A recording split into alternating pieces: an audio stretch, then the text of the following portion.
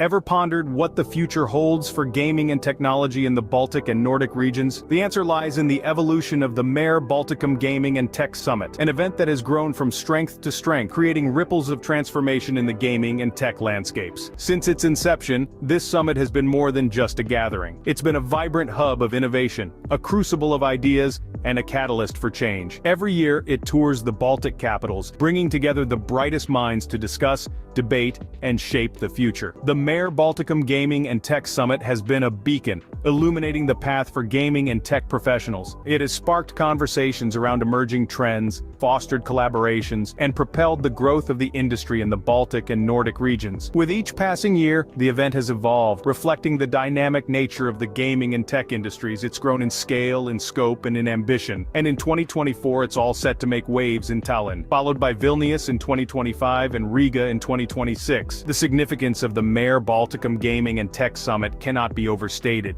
It's not just an event, it's a movement, a harbinger of the future. It's where gaming meets technology, where innovation meets opportunity, where the future is not just predicted, but created. So, as we look to the horizon, one thing is clear.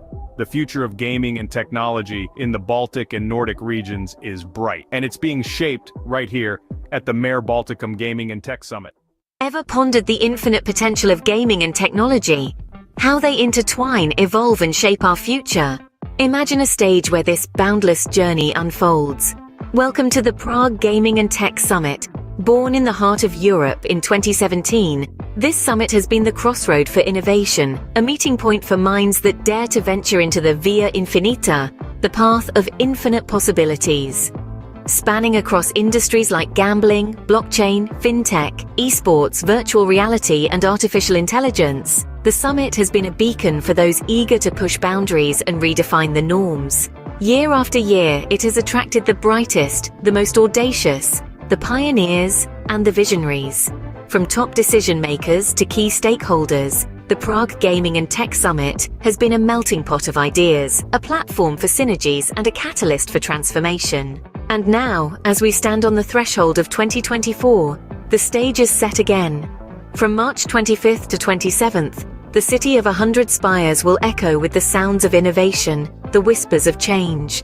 This is not just a summit, it's a journey, a quest for the infinite, a voyage into the future of gaming and technology. Answer the call, venture into the Via Infinita, experience the Prague Gaming and Tech Summit, because the future waits for no one, and the path of infinite possibilities is yours to explore.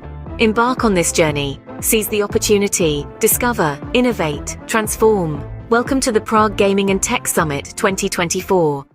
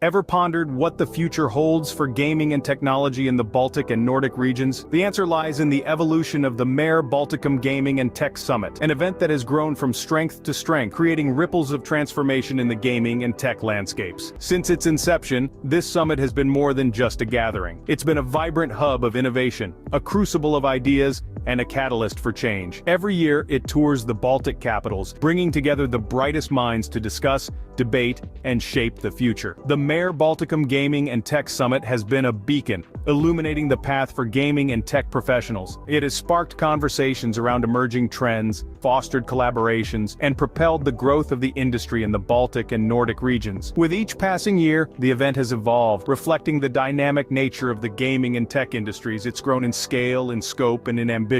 And in 2024, it's all set to make waves in Tallinn, followed by Vilnius in 2025 and Riga in 2026. The significance of the Mare Balticum Gaming and Tech Summit cannot be overstated. It's not just an event, it's a movement, a harbinger of the future. It's where gaming meets technology, where innovation meets opportunity, where the future is not just predicted, but created. So, as we look to the horizon, one thing is clear. The future of gaming and technology in the Baltic and Nordic regions is bright, and it's being shaped right here at the Mare Balticum Gaming and Tech Summit. Ever pondered the infinite potential of gaming and technology? How they intertwine, evolve, and shape our future? Imagine a stage where this boundless journey unfolds. Welcome to the Prague Gaming and Tech Summit. Born in the heart of Europe in 2017, this summit has been the crossroad for innovation, a meeting point for minds that dare to venture into the Via Infinita, the path of infinite possibilities. Spanning across industries like gambling, blockchain, fintech, esports, virtual reality, and artificial intelligence, the summit has been a beacon for those eager to push boundaries and redefine the norms. Year after year, it has attracted the brightest, the most audacious, the pioneers, and the visionaries. From top decision makers to key stakeholders, the Prague Gaming and Tech Summit has been a melting pot of ideas, a platform for synergies, and a catalyst for transformation. And now, as we stand on the threshold of 2024, the stage is set again. From March 25th to 27th, the city of 100 spires will echo with the sounds of innovation, the whispers of change. This is not just a summit, it's a journey, a quest for the infinite, a voyage into the future of gaming and technology. Answer the call, venture into the Via Infinita, experience the Prague Gaming and Tech Summit, because the future waits for no one, and the path of infinite possibilities is yours to explore. Embark on this journey, seize the opportunity, discover, innovate, transform. Welcome to the Prague Gaming and Tech Summit 2024.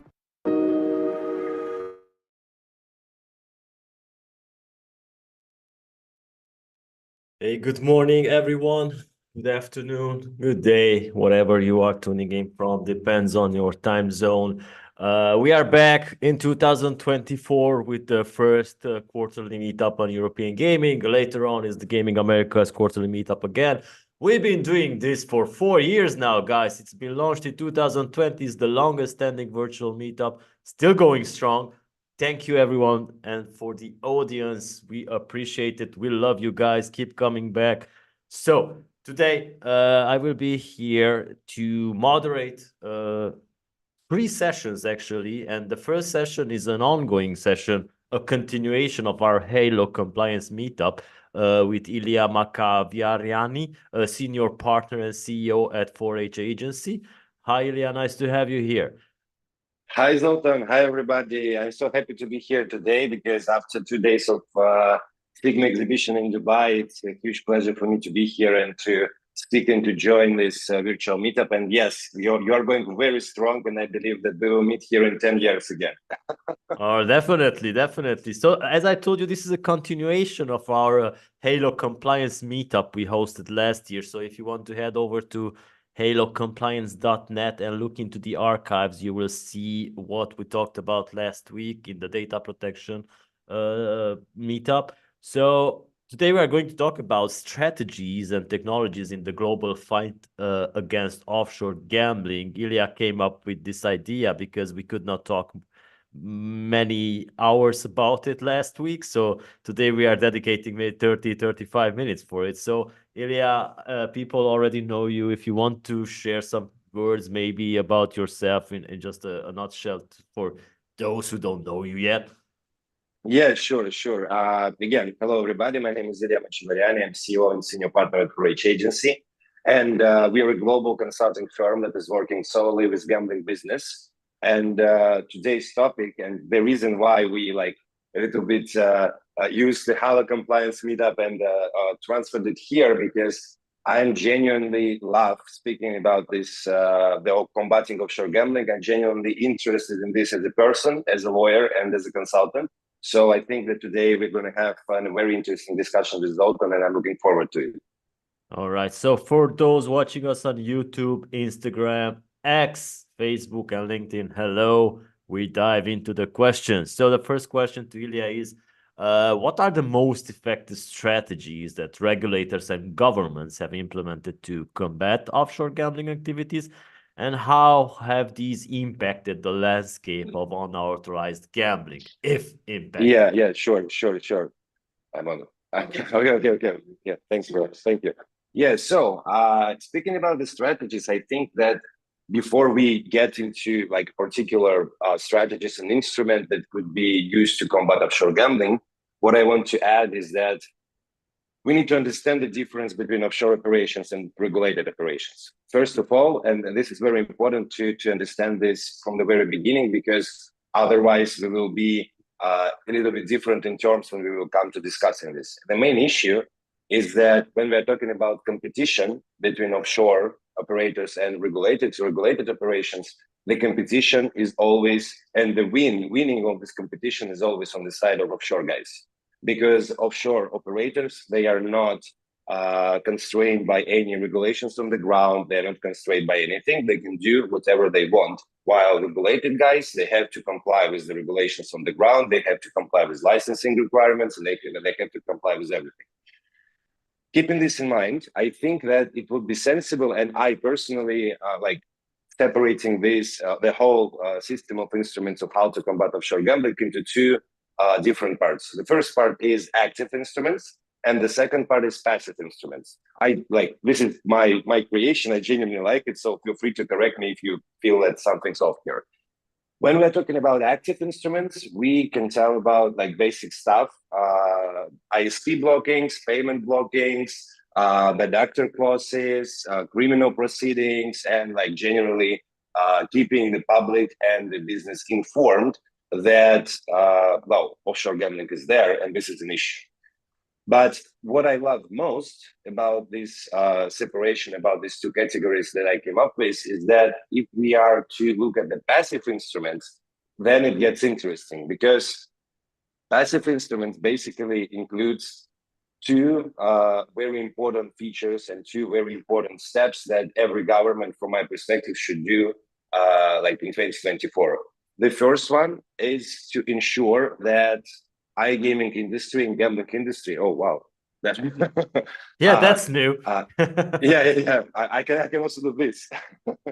Yeah, that the government should ensure that the industry is legalized for the whole perimeter of verticals that there are in place. So if, for instance, we are talking about Kazakhstan or Russia or France, where online casino is banned, but sports betting is legal, when you have 100% of the online casino market in offshore. And you could not tell as a government that we have banned online casino and everything's all right and we don't have online casino in our jurisdiction. No, again, your offshore market for online casino is 100%. And the second point is to, in addition to like legalize everything, I may sound a little bit libertarian here, the another thing is to essentially create sensible and transparent regulations in a way. Because again, and I think we will touch upon this a little bit later, but generally speaking, I think each and every operator in the industry, I mean, besides the guys who are who believe that they are like, we like to be criminals, we like to be offshore guys, and we will do this only in this way. But generally, the industry is very much motivated to work legally, and is very much motivated to obtain licenses everywhere they can go, And you can see this, and the main proof of this statement is that in every like exhibition or every virtual meetup or on LinkedIn, the most popular news are about legalizations. Everybody is starting to thinking, oh, Brazil is legalizing, oh, Chile is legalizing, Peru is legalizing, oh, we need to go there, we need to understand what's happening over there, and we want to get this license. Because license creates additional value, license creates capitalization for the company, license allows you to not think about, oh, how I will use my revenues that I get from crypto, how I can move money from the jurisdiction. If you have a license, you just, well, you have your money in the bank, and that's it. And you don't need to do anything else. So yeah, in general, active instruments includes everything that the government can do to punish offshore guys, and passive instruments includes everything that government can do to stimulate regulated operations. So I think this is my take for the first question now. Yeah, I also want to add that you mentioned the websites with blocking and just saying that, okay, we regulated sports betting, but we did casino is banned. But about maybe 50 or 60% of the online casino websites, which don't have a license in that jurisdiction, might have a sports betting option as well, because that's common in the practice. So they're losing out on that as well, because that player opens an account on the black market. He also spares sports betting, so you're losing out.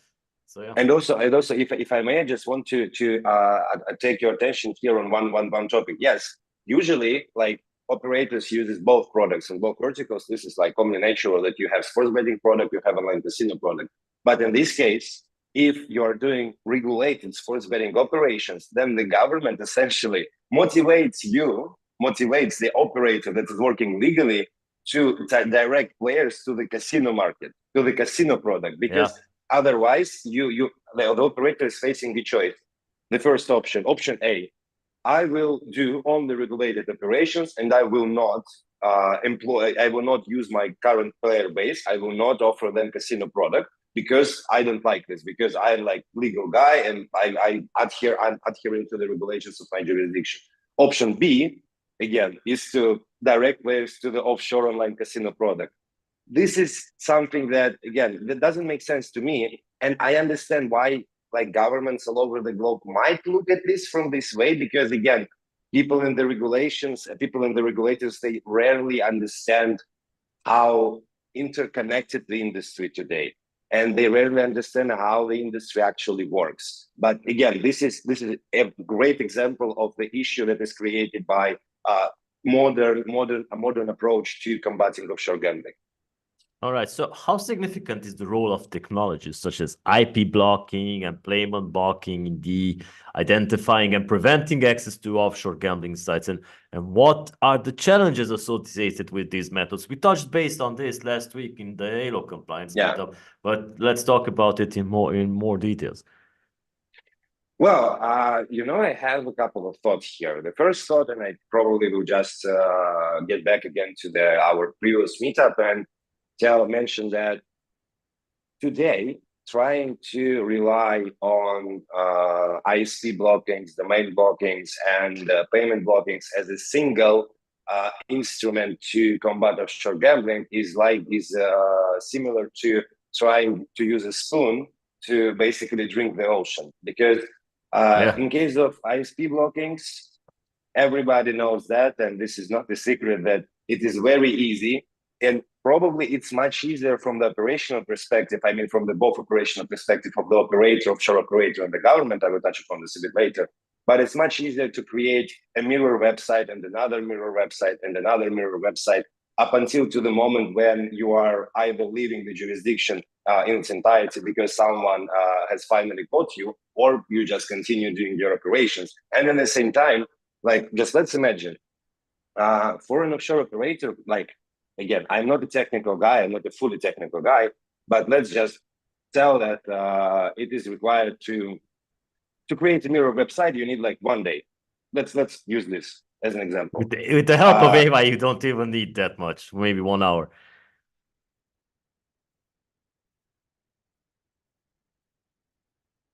I think you lost, Julia.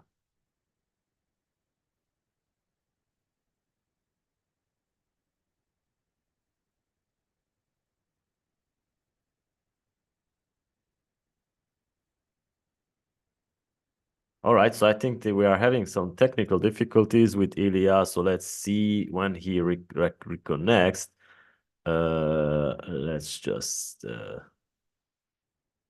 okay, so let me just quickly all right, so these technical details happen, guys, every time that we are hosting live meetups. You just wait for Ilya to reconnect.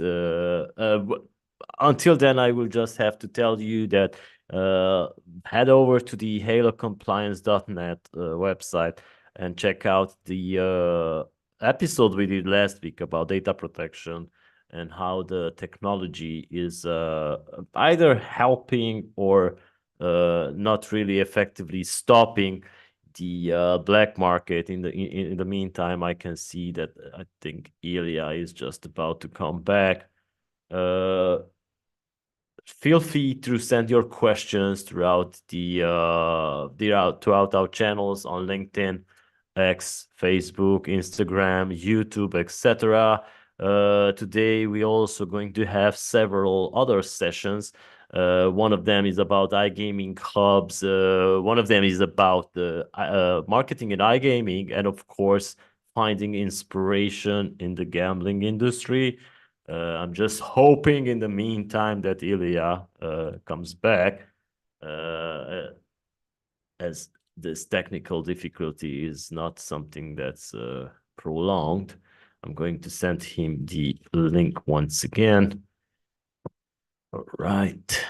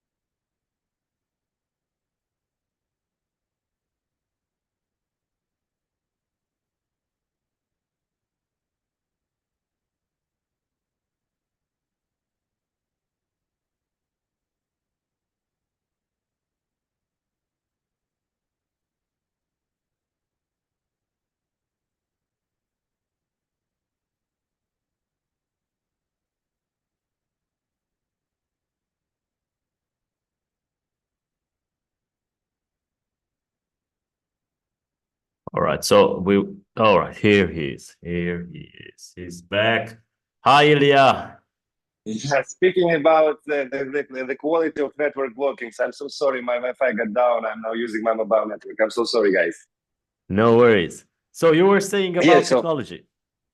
yes, I was saying about technology that just imagine that, okay, like we need one day to create a mirror website, which is a lot. And I think it usually takes a lot less.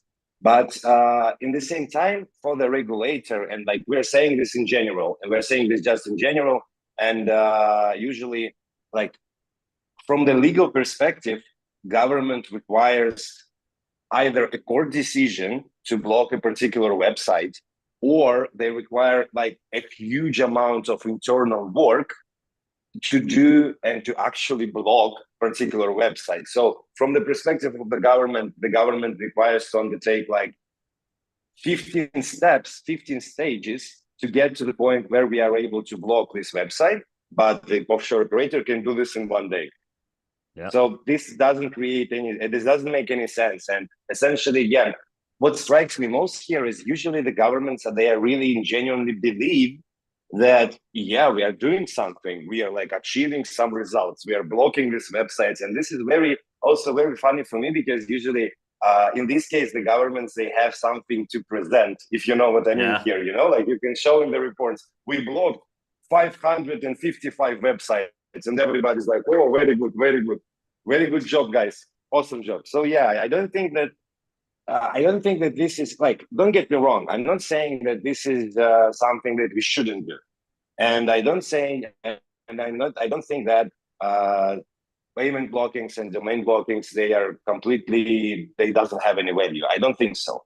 But in order for them to be effective, they need to work in they need to work together with other instruments, and they need to work together with the whole system of regulation that exists in the country.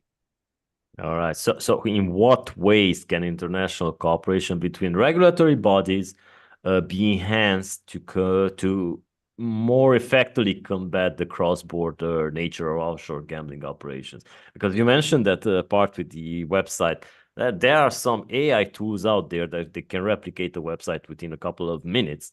You only just need for the domain to propagate. So basically, it's just a matter of time until you have the website up and running on a different domain. You still have the database to your players, so just send them that, hey, we had a problem here. All right, so. Well, I think that, the whole idea of international cooperation, I like it very much. And I think that gambling industry has reached like an unmatched level of this international cooperation, because you can see the regulators from different countries speaking with each other. There are regulators meetups, and people are truly and genuinely believe in sharing the knowledge and sharing the understanding of how the industry works and how to combat this from different sides of industry and from different jurisdictions all over the globe.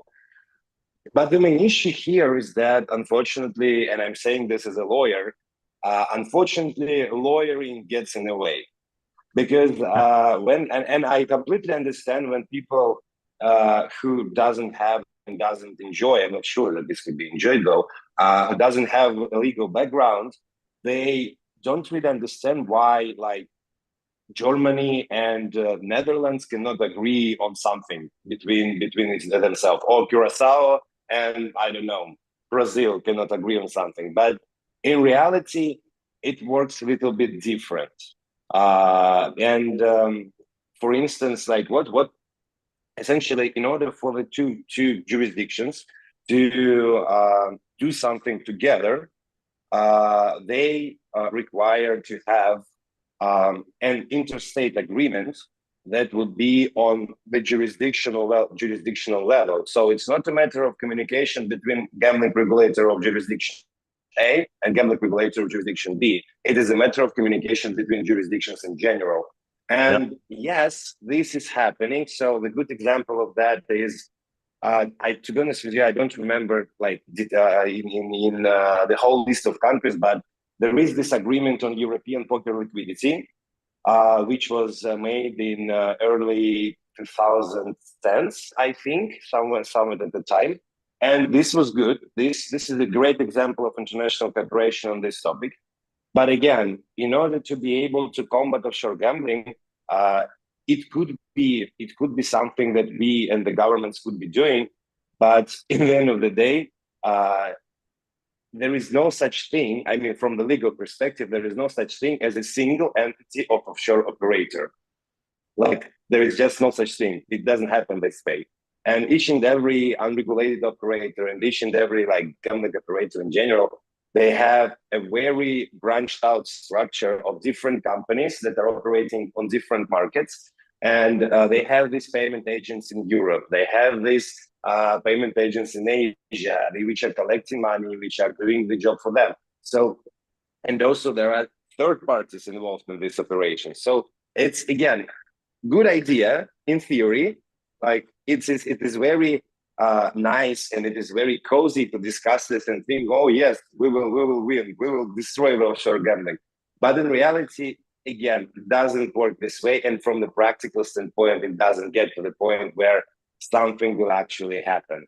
I mean, to offshore operators. So it's, again, a little bit complicated stuff, I would say. All right, it's similar to the case when in the States, when they shut down online poker and they realized all the payments to these offshore companies has had in the description that they were buying jewelry and stuff like that instead of deposits to their account. Yes, exactly. And on this point also, I forgot to mention this. When we're talking about payment blockings, like, there are a lot of different examples of how this is done in different regulations all over the globe. But the main issue is that, again, how offshore payments work. And don't ask me how I know this. I know a lot of different things. But generally, again, Zoltan, as you correctly mentioned, no one is doing illegal gambling transactions under Exactly. MCC 7995. No one. Like, this is Yeah. crazy. It's saying that, okay, if I'm selling drugs, if I'm selling weapons, I will use my own credit cards and I will use my own business card. Like, listen, hello, this is Ilya. I'm selling drugs. Please take my drugs and give me money. No, this doesn't work this way. It's usually like different retail shops, like Yeah. different like flower shop, I don't know, cigarette shop, anything. Basically, anything can act as a front for the offshore operators. So, in order to block this, the government needs to either block everything that is happening in this segment, or they cannot do anything here. And especially if we add to this whole system and to this whole system of issues, if we add crypto in the equation, then this is the Yeah. end of the road. It's lost. Because in every country, you can just collect money on your bank account, then you can turn it into cash, or you can send it to a different bank account, and then you will receive crypto. And then go find me in my crypto, man. I will be happy to help you. Go find me. Doesn't work this way again. But getting back to the previous point, the government has something to show.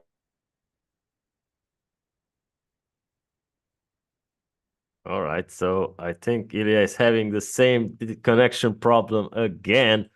All right, let me just quickly disconnect it. Hopefully he will be back. Either way, the next discussion point is about education and the consumer protection, which should be a strategy of the regulator. Hire you. He just left, and he will come back in 1 or 2 minutes. So yeah, I was telling you.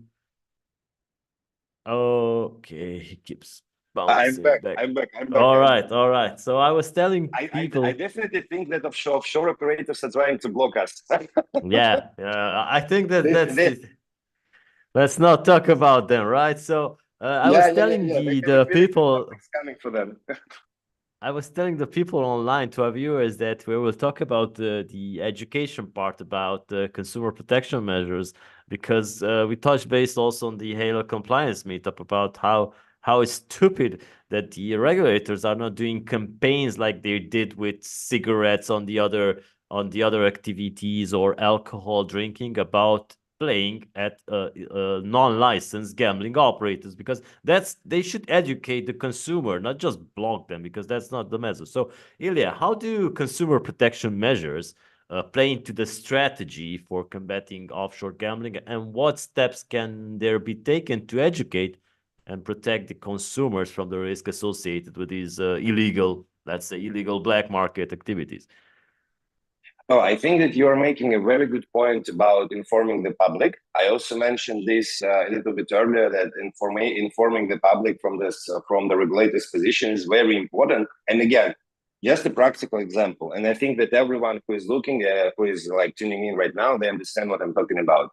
Like, I am a smoker. I smoke cigarettes, and like, I'm in Dubai right now. I bought this pack of cigarettes, and if I look at it, well, I can, not being like cigarette businessman, not being a UAE resident, like, I can just see that this pack of cigarettes seems like legal, like it has this stuff, Yeah. it has like everything on front of it, and I understand that probably these cigarettes came here and I bought them, and they were like manufactured by a licensed manufacturer and they are legal. But when it comes to gambling websites, I really like to do this. I always like to ask people in different jurisdictions, like, listen, can you tell me which websites are legal and which websites are not? And just tell me, just show me in use 5 clicks on your computer and show me the list of legal websites in your jurisdiction. No one can do this. No one. Like, maybe possibly, like, there are certain registers all in different jurisdictions that can show that. Yes, okay, some have one. Yeah. But again, what do we see in these registers? We don't see brands. We can see websites, but usually we see LLC, Ilya, Enterprises, Exactly. Private Limited. And how, as a player, as a customer, and especially let's keep in mind how the player habits work.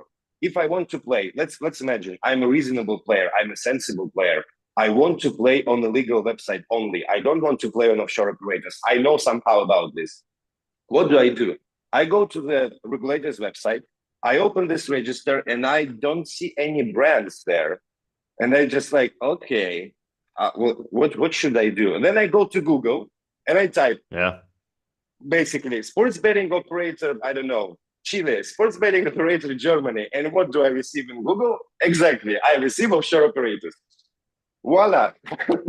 Yeah, exactly. So yeah, in terms of consumer protection, I think that this is actually a very good point, that the government should treat the industry and should treat the offshore gambling and offshore operators from the perspective of informing the public as well. And if the government just forget about it, then again, people on the ground don't know anything about our industry and our customers. And I think that, again, people might agree or disagree with me. And if someone disagrees, I would be happy to do another discussion about it. But generally, I don't think that general and usual, like 28 years old guy know anything about like the difference between licensed operator and offshore operator. I don't think so. I don't think that he knows that. And in the end of the day, if the players are not aware of this, then another issue that arises from this is that the industry, the legal industry, regulated industry, suffers from the harm that is created by offshore guys. Because when you, as a customer, lost all your money because people just decided to fraud you and decided to not pay your winnings, or, for instance, your kid of 16 years old registered an offshore website and used his parents' credit card to play, then who's to blame? Exactly, the guys who are doing advertisements in these jurisdictions. Out-of-home advertisements, usually, for instance. And who are these guys? Regulated guys and regulated operators. So basically, regulated sector is left to pick up everything from offshore sector, which is crazy from my perspective. This is like just doesn't make sense again. If there's a lesson to learn here, that licensed operators should put pressure on the regulators, because I don't know, maybe we have been. Hi, Krista. Thank you for joining. The next session is in about 4 minutes. We have this final question with Ilya. So I was telling you that maybe we have been educated in the past years by Hollywood, liking the bad actors in the movie, right? The negatives, the villains. So basically, if the government is telling me, hey, don't play at that operator because he's not licensed, I will go there, my friend, because hey, it's not licensed. Maybe I don't pay taxes if on the winnings, right? Exactly. All right, so let's look no forward. Taxes, more favorite, and this is also a very good point that we touched upon earlier, that about competition. That when I'm hearing about unlicensed operator, first thought that comes to my mind that I will be able to not pay taxes. Like, this is very good already. Second part is that this unlicensed operator would be able to offer me something different from the regulated sector. Because again, getting back to the previous point, offshore businesses, they do not comply with the jurisdiction's requirements on advertisement, on consumer protection, on bonuses, on whatever. And on nothing. After that, yes, on nothing. And basically, any player that accesses offshore operators, they will return to the unlicensed offering, because this unlicensed offering is wider than licensed offering. So essentially, what the industry and the governments are saying to like the whole what's their answer to the whole question of how we combat offshore gambling?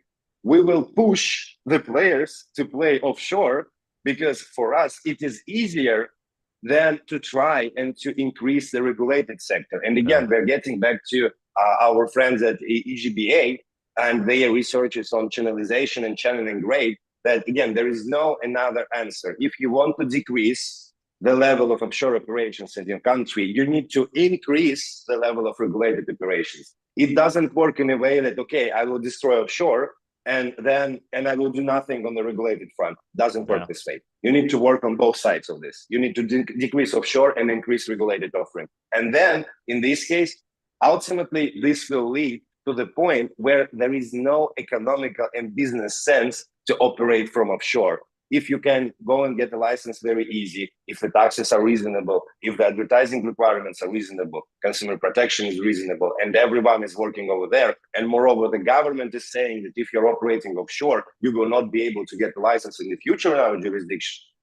This is only reasonable, and I will advise any of my client, like, listen, guys, we need to start doing licenses like every day, every time, in every jurisdiction, because otherwise, this is not the business that we that can sustain.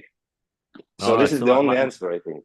Yeah. So my final question to you is like teaching an old dog new tricks is about looking forward. And what advice could you give to the regulators about the emerging trends or new challenges that regulators need to be prepared to fight against when it comes to offshore gambling, and how can they adapt their strategies to remain effective if they are effective?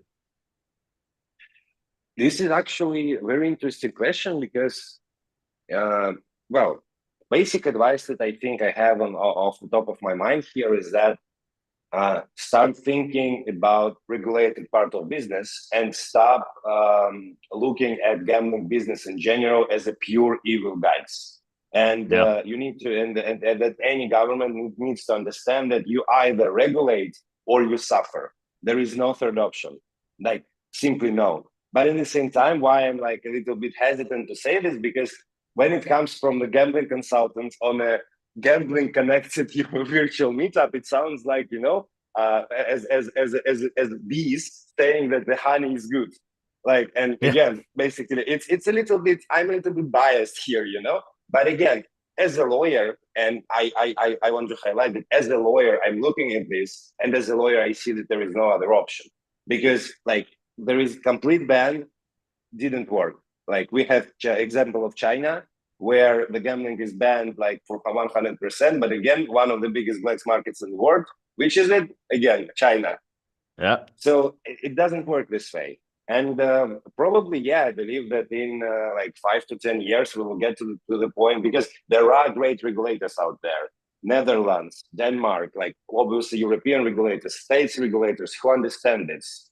And if you notice that as soon as, for instance, DGA, Denmark regulator, they're quite active in this area as well. And I don't hear a lot about offshore operations in Denmark, because the regulator is active. Regulator understands how to do this. They are like speaking actively on the ground. They are communicating to the consumers. They're communicating to other regulators. So this can work. But again, it should work as an ensemble of each and every gambling jurisdiction all over the globe, so we could get to the point where we wouldn't have this topic to discuss with you often. Exactly. So yeah, I guess this is my advice. Start thinking and start regulating or die. Yeah, exactly. All right, Ilya. So thank you so much for your inputs. We are always honored and happy to have you here, and looking forward to more episodes like this about how to keep offshore gambling in their place. So thank you, Ilya.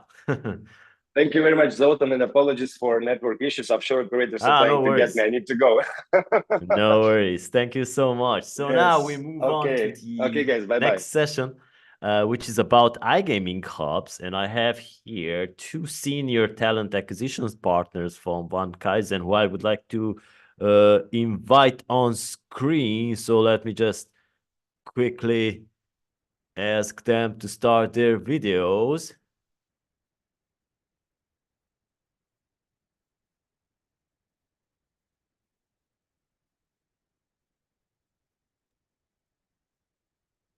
Right, good. I have Krista here already, and then we have Kevin as well, who is on the call. Let's see. All right, so the next session is about the hotspots, the iGaming hubs of the gaming industry.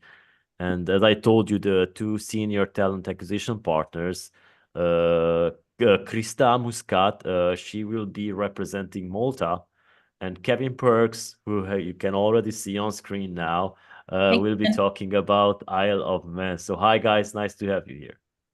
Hi, thanks very much for having me. All right, so before we dive into the questions, just maybe one of you can say a few words about Van Kaizen and what you guys do. Yeah, happy to, Krista, if you'd like me to. Yeah. Van Kuyten. We're basically global headhunters, and we operate primarily in the iGaming sector. Grown up really quickly over a kind of 4.5 year period. We have recruitment consultants in 16 different countries around the world, and we recruit for hard to say exactly, but maybe 140 different businesses, something like that. Those businesses are globally spread, but the common thread is iGaming. So either iGaming operators or other businesses that support the iGaming industry in some way. All right. So my first question to you both, and Krista, you can go first and say your part about Malta, and Kevin about Isle of Man. In your view, what factors have contributed to the locations such as Malta and Isle of Man, two relatively small islands, being considered as hub of iGaming? And is there anything about these two locations in particular that seem to just attract people in the iGaming industry there? So, Krista, you go first for Malta. I mean, I think the first thing that you mentioned was you highlighted the fact that Malta is an island, right? So I think the fact that islands are notorious for, work-life balance. Malta is obviously, everything is very accessible, very, very quickly. So especially because a lot of the iGaming companies are sort of promoting hybrid or remote work, that means you can get even more done than if you are working on site. So the fact that we're surrounded by sea, that has its own charm in itself. So from that aspect, definitely. I would say as well, obviously Malta is highly regulated. I'm sure everyone knows. So this framework it's a stable, sort of credible, highly reputable framework.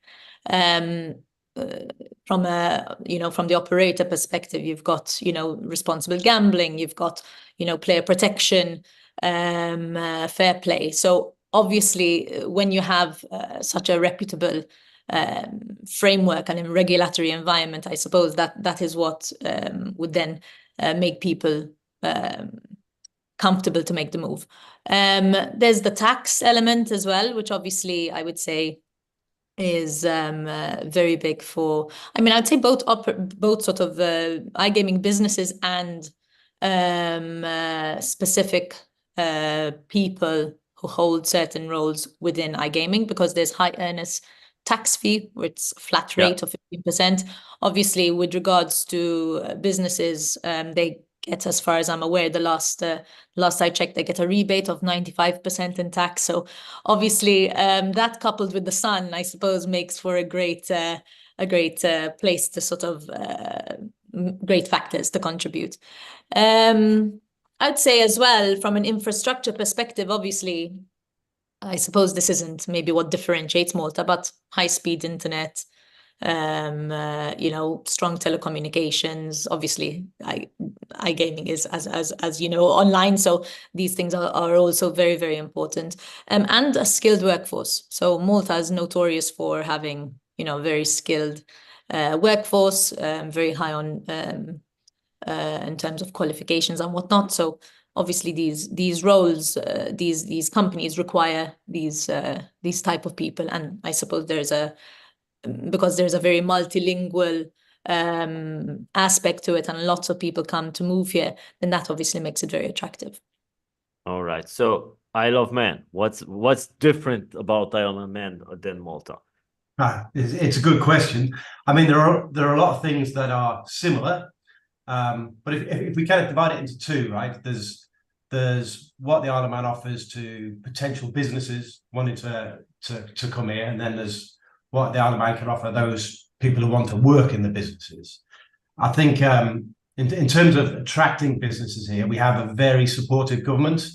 In fact, we have a dedicated government agency, Digital Isle of Man, that really its sole objective is to get businesses here, get them established, and then help them thrive once they're here. And they kind of offer a whole range of different levels of support to get them here. That can include like financial incentives, but more often than not, it's just hand-holding those businesses through the different levels of bureaucracy they need to get through to get things established. So it's very hands-on, it's very open, it's very easy to communicate with them and break down any potential barriers. Of course, there's the licensing structure for the iGaming industry, which is very, very important. And again, a bit like Malta, there's tax breaks. In the Isle of Man, there's zero corporation tax, so that's a pretty big sell, and zero capital gains tax, which makes it very attractive for businesses. So that's on the business side. In terms of people coming to work here, there are similarities with Malta. It's island life. It's kind of a slower pace of life outside of work, which can be very attractive when you're in a fast-moving industry, right? But I guess the big difference between the Isle of Man and Malta is, well, the islands are about the same size geographically, right? I think Malta has a population of, Kristen will tell me if I've got it. 500,000. I think you're a bit less there. Yeah, the Isle of Man is 85,000. Oh, So, wow. so 40% of the island is open space, which makes for a beautiful place to live. It means you can escape the speed and how full on you are in the day very quickly and easily. You can be out in the countryside away from your office in like a matter of minutes, which if you're in a full on job, that can be attractive. And then finally, what the Isle of Man really does offer that I think most other places don't is how safe it is to live here. It is one, if not the safest place in Europe. We have very, very low crime rates. I'm not sure I want to broadcast this on the internet, but I don't lock my front door, like ever. All right. You did not hear this, guys. What's your address, Kevin? I'm joking. Yeah, so all right. There's similarities, but different. Yeah, I think safety is so important, because that's when you speak to candidates, who want to relocate. I think safety, especially when they have families, is so important. So definitely agree with that. Yeah, all right, the plus 500 viewers on our platforms now are probably searching you online now. Maybe I need to start locking my door. Anecdotally, I had a candidate once who he was based in Portugal. He was a data analyst, and he developed an algorithm to work out the safest place to live in the world.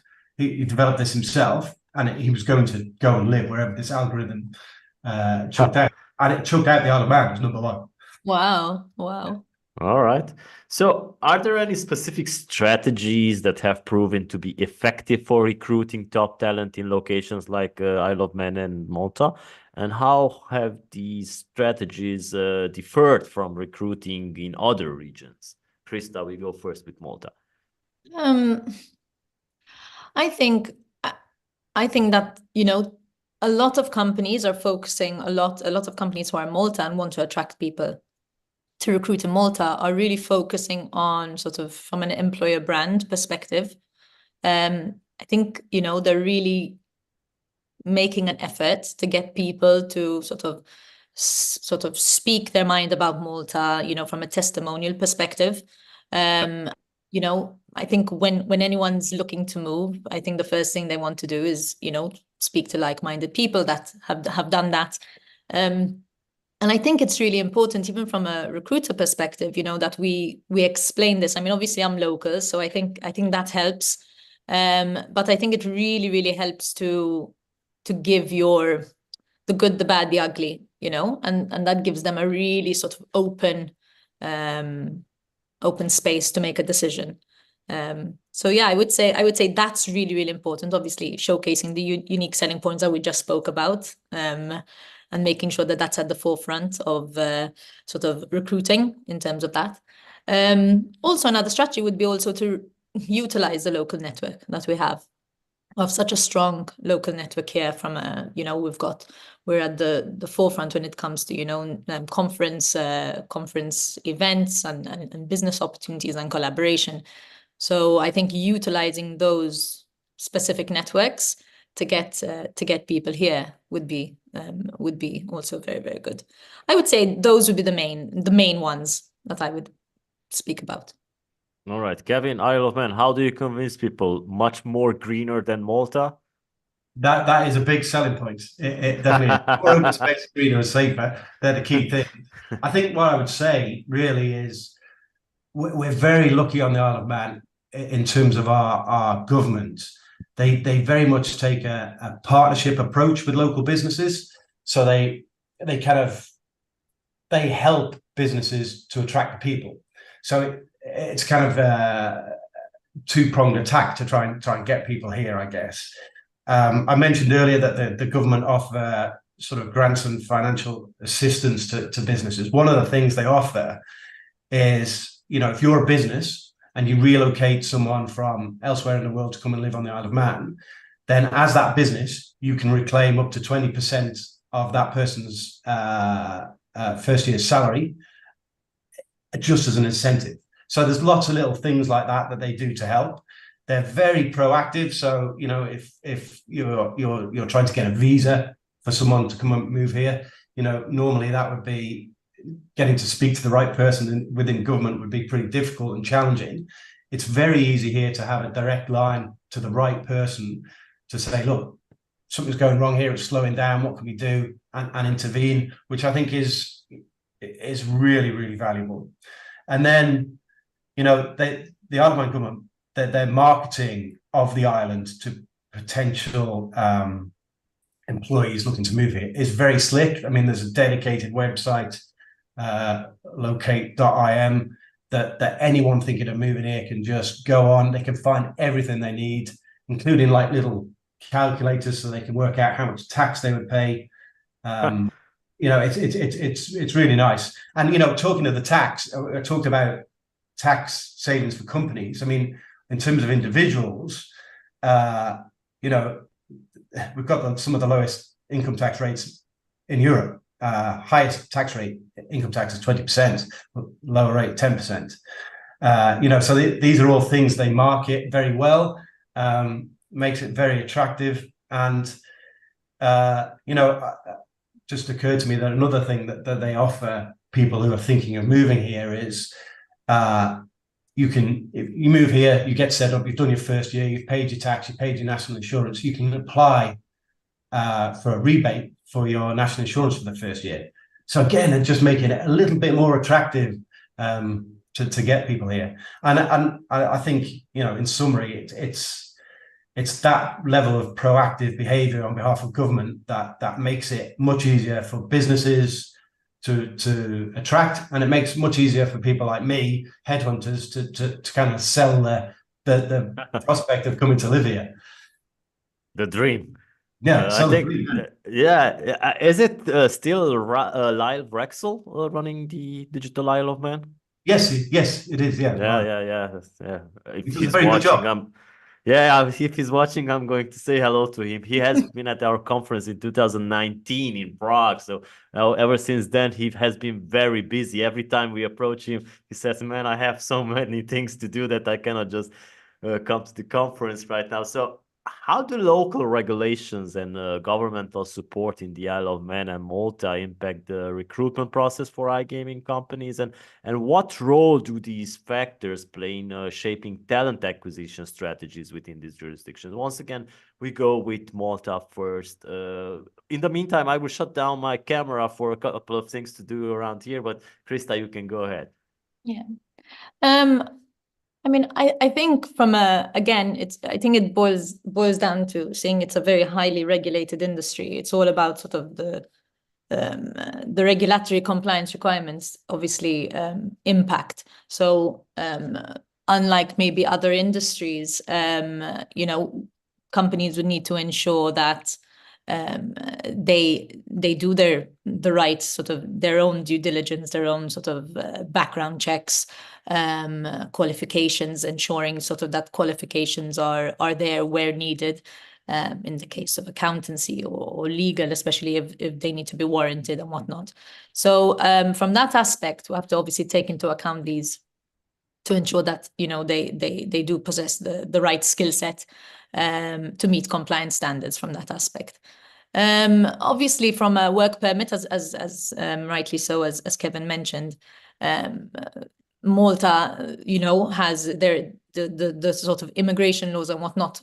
You know, they obviously govern the recruitment of foreign talent. So I suppose this is something that needs to be taken into consideration. And I would say more and more we're sort of open to having people, you know, move to Malta and assist them with their work permits and visas, which obviously means that we basically are we can tap into, you know, global top talent all over the world. From a collaboration perspective with you know, educational institutions and all the financial incentives that are given, you know, partnering up with university, with our university, one university in Malta, you know, or vocational schools, you know, that sort of allows people to obviously get you know, graduates that have skills and, you know, data marketing, software development. There's even a sort of educational institution that teaches people that want to get into the industry, into the gaming industry in Malta. So, and the fact that we have, you know, again, all the industry associations, all the networking events, you know, the base is Malta as well. So I think that really does help, because the government really does support these associations in order to obviously attract top talent from that aspect. Yeah, I think it's much easier in smaller countries to do this than in larger quantities. We've seen this with the Baltic states as well. It's a similar scenario. All right, so Isle of Man. Yeah, I mean, very similar to Krista's answer, really. I mean, the big thing, I think, for the Isle of Man was we operate a work permit system as well. And, you know, it used to be quite complex to be able to secure that work permit. But, you know, it's testament to the Isle of Man government and Digital Isle of Man that they streamlined that system, made it much easier. And then, you know, in recent years, they brought in exemptions for certain categories of worker, mainly digital type workers. So pretty much covers everyone in the iGaming industry, right? So they're completely exempt from the work permit system, which, you know, it's a great example of government listening to business. You know, because without that, it would be pretty challenging. Yeah. So again, I think the big selling point really comes down to, aside from, you know, the physical setup of the Isle of Man, it comes down to the way that the government promote the island and make it easy for businesses to set up and attract. All right. So just thinking about the competitive markets. So besides, of course, attracting talent to Malta and Isle of Man, how about we talk about how should iGaming companies adapt to the recruitment strategies to stay ahead in the competitive markets? So maybe, yeah, Malta has a huge iGaming network industry where they attract talent, but there's also probably IT there, and there's also a lot of financial businesses as well. So how can iGaming companies stay ahead? Because marketing people, SEO people just can't go around anywhere, or developers, etc.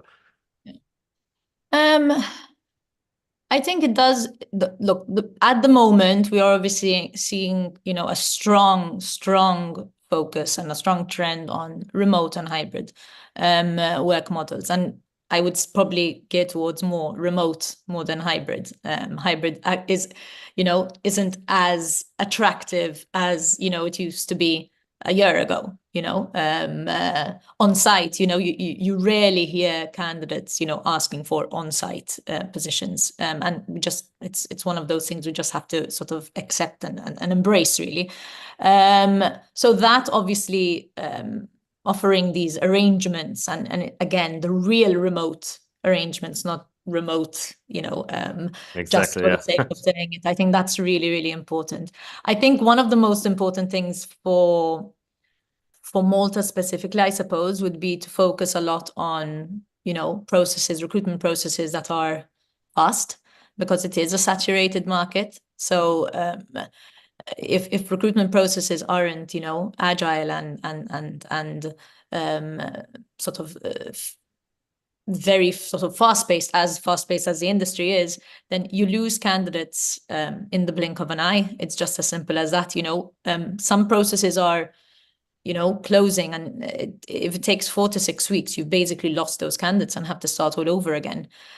Obviously, working with recruitment consultants can help that, because obviously we can give more insight as to the sort of recruitment landscape that a candidate has. So we can obviously advise our clients to let them know that, look, they are in another 2 processes, they are in final stage, whereas I think a candidate wouldn't directly divulge that information. So from that aspect, we can help, but it's unfortunately, fortunately it's for the candidates, but unfortunately it's a very, very saturated market. So if you're not going to have a very flexible, agile recruitment process, you will lose candidates. And with that, you're losing time, which obviously is extremely valuable.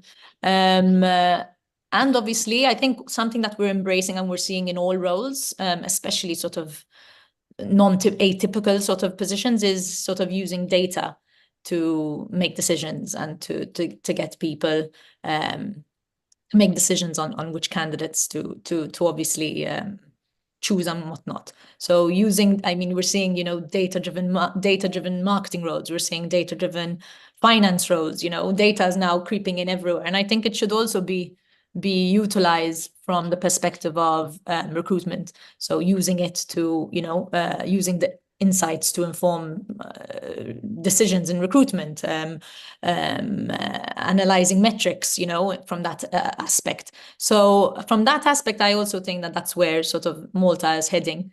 Maybe not fully there yet, but if we want to stay ahead of the game, I think, again, Malta is very specific in terms of, I think the people that would move to Isle of Man would potentially be different to people that would move to Malta, as Kevin said. So I think the priorities of candidates would be different. And I think, again, notoriously, it is a little bit more fast-paced, even from the lifestyle perspective. Whereas Kevin said, it's slower. So you'd have a different sort of breed of candidates who would move. All right, so as you guys seen, Yekaterina from our next session where we talk about iGaming marketing is already here. We will soon start that session. So Isle of Man, Kevin, what's up over there?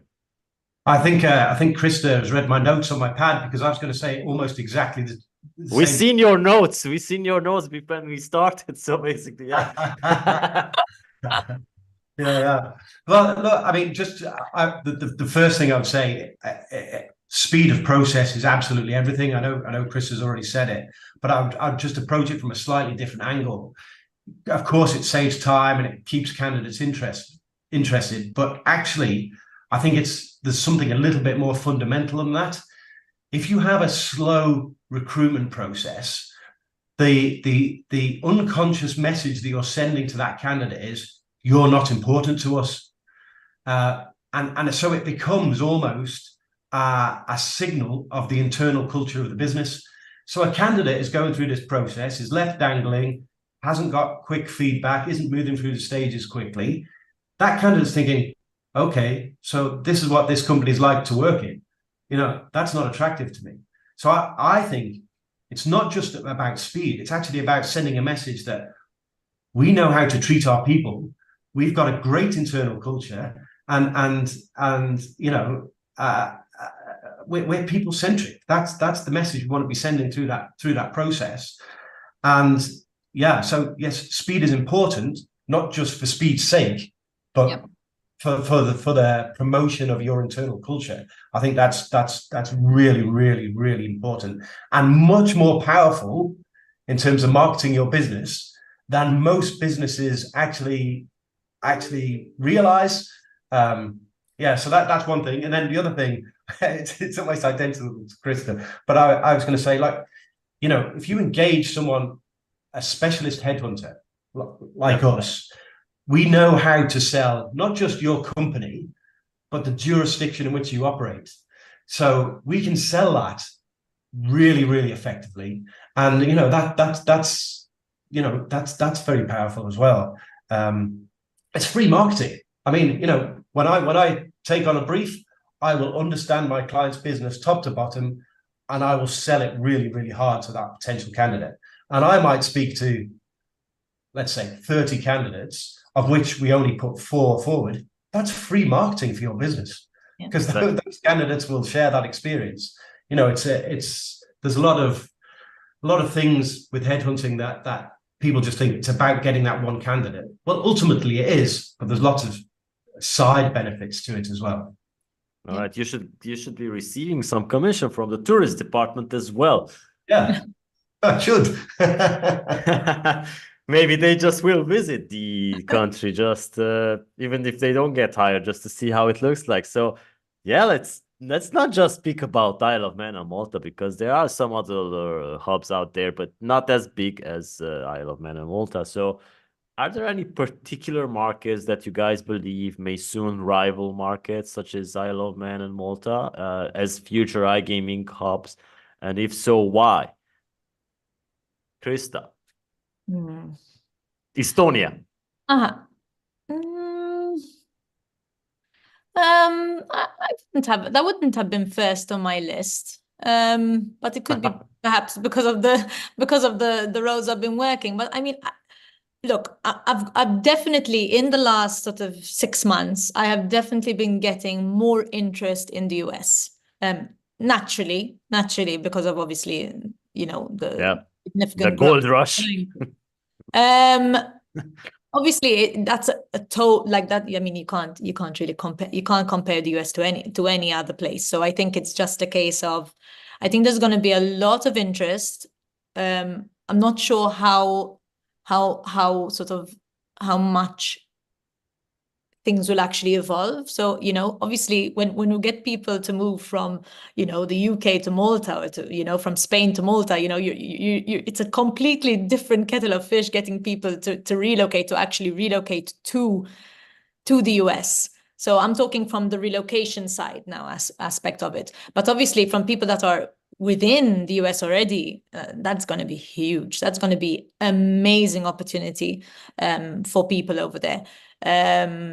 So yeah, so that was probably the first place that came to my mind. And I have been getting a lot more people sort of really open to move to the US and Canada. I would have also said Spain and Portugal. I had a lot of interest recently in Spain and Portugal. Obviously, they're larger than Malta, so it would cater for those people that would want, you know, more space, into more space and whatnot. So I would have said those 3. I think the UK is also obviously very sort of next on the line. I think we're getting a lot more people setting up in the UK, maybe specifically London.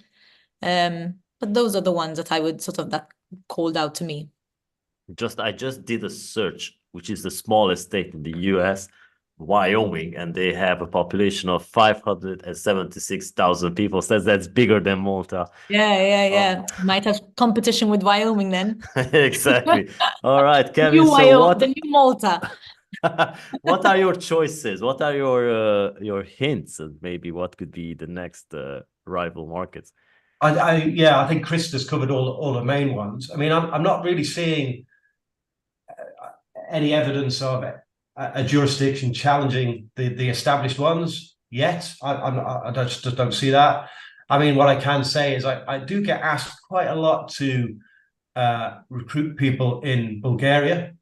I'm not really. I guess that's a cost-driven decision on behalf of Yeah. businesses. I don't know a huge amount about Bulgaria. Again, they have favourable income tax, so I think it's capped at 10%. So for employees, that's pretty good.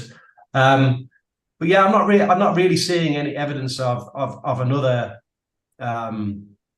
jurisdiction sort of appearing as a challenger to the key hubs yet. I'll let you know if that changes.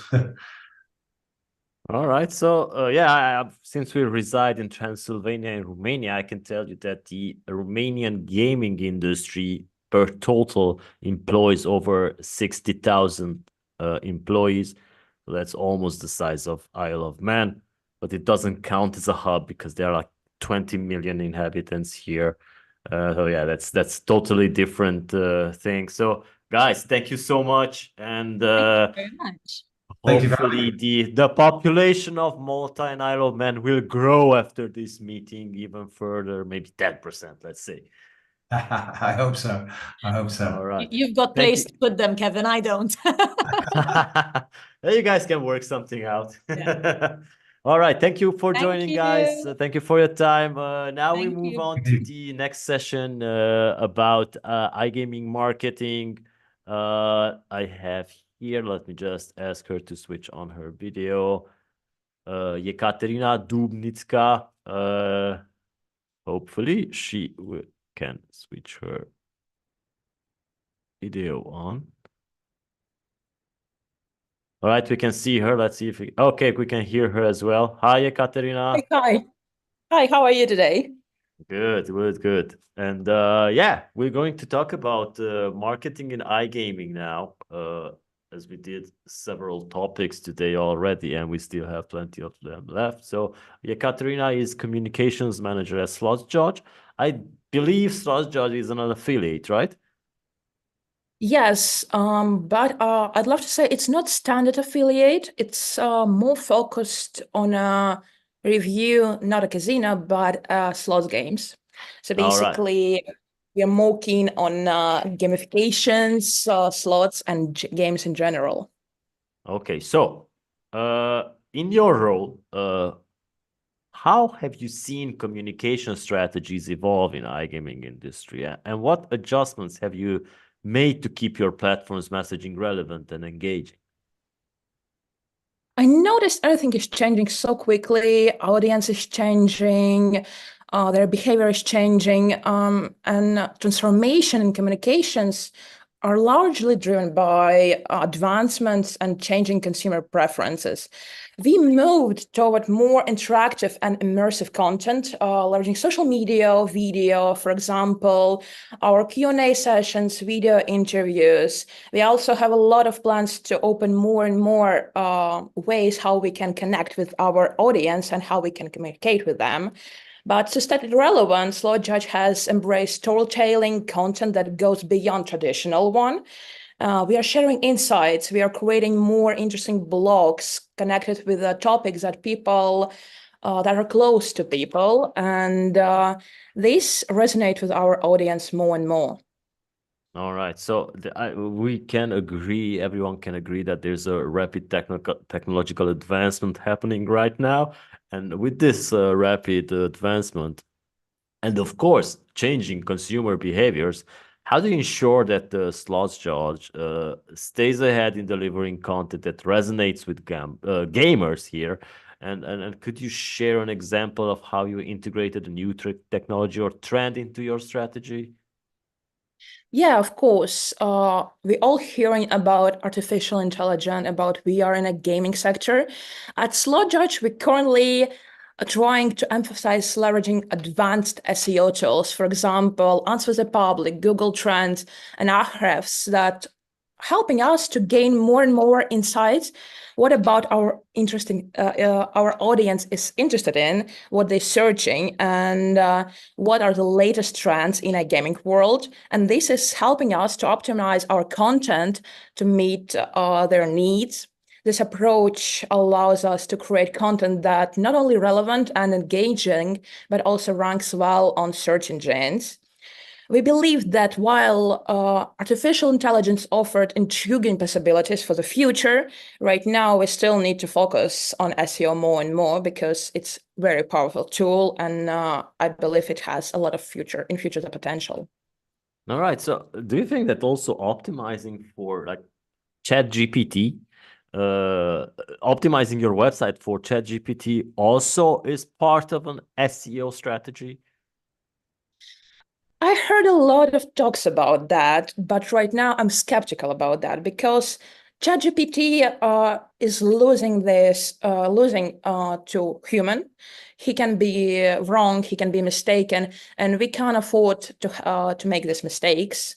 So I believe ChatGPT is useful, but while a human controlling it, and while human understand what he's doing and what he need to do. All right, because I was very curious to check if our websites are listed, like let's say for European gaming. I asked ChatGPT on the mobile app, what are the biggest news websites reporting about the European gaming industry, and yeah, we've been there. We've been top of the list. So I don't know where he got that information from.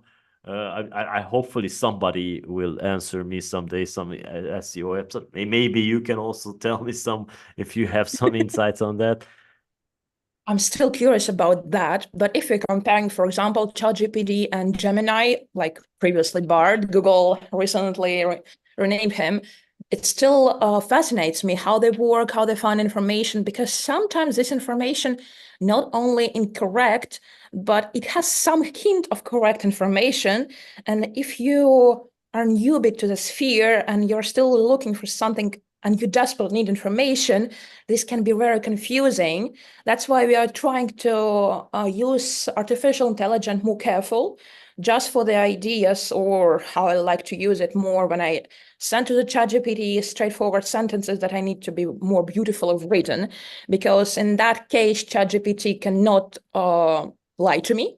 I 100% know what I'm writing and what I'm getting. And again, ChatGPT in hands of a person who cannot, for example, even correctly Google, is a very dangerous tool to modern SEO. All right. So in this case, ChatGPT was actually right because our website is #1. So yeah. Of course, of course. All right. So coming back to our original topic, community is a cornerstone of the gaming experience, and we know that. So can you discuss the strategies you guys employed at Sludge Josh to foster a sense of community among your users, and how has this impacted your platform's growth? Of course. At Sludge Josh, our community is very strong, and to foster that, it's one of the crucial task, to be honest. We engage with our audience through social media platform. For example, one of the most popular topics on our social media are Monday Recap, where we are sharing with our not only partners, but our gamers and loyal customers the top week slots that we carefully selecting and carefully showing to our players. And also Q&A sessions. We are sharing latest trends, latest news, and everything is so carefully chosen.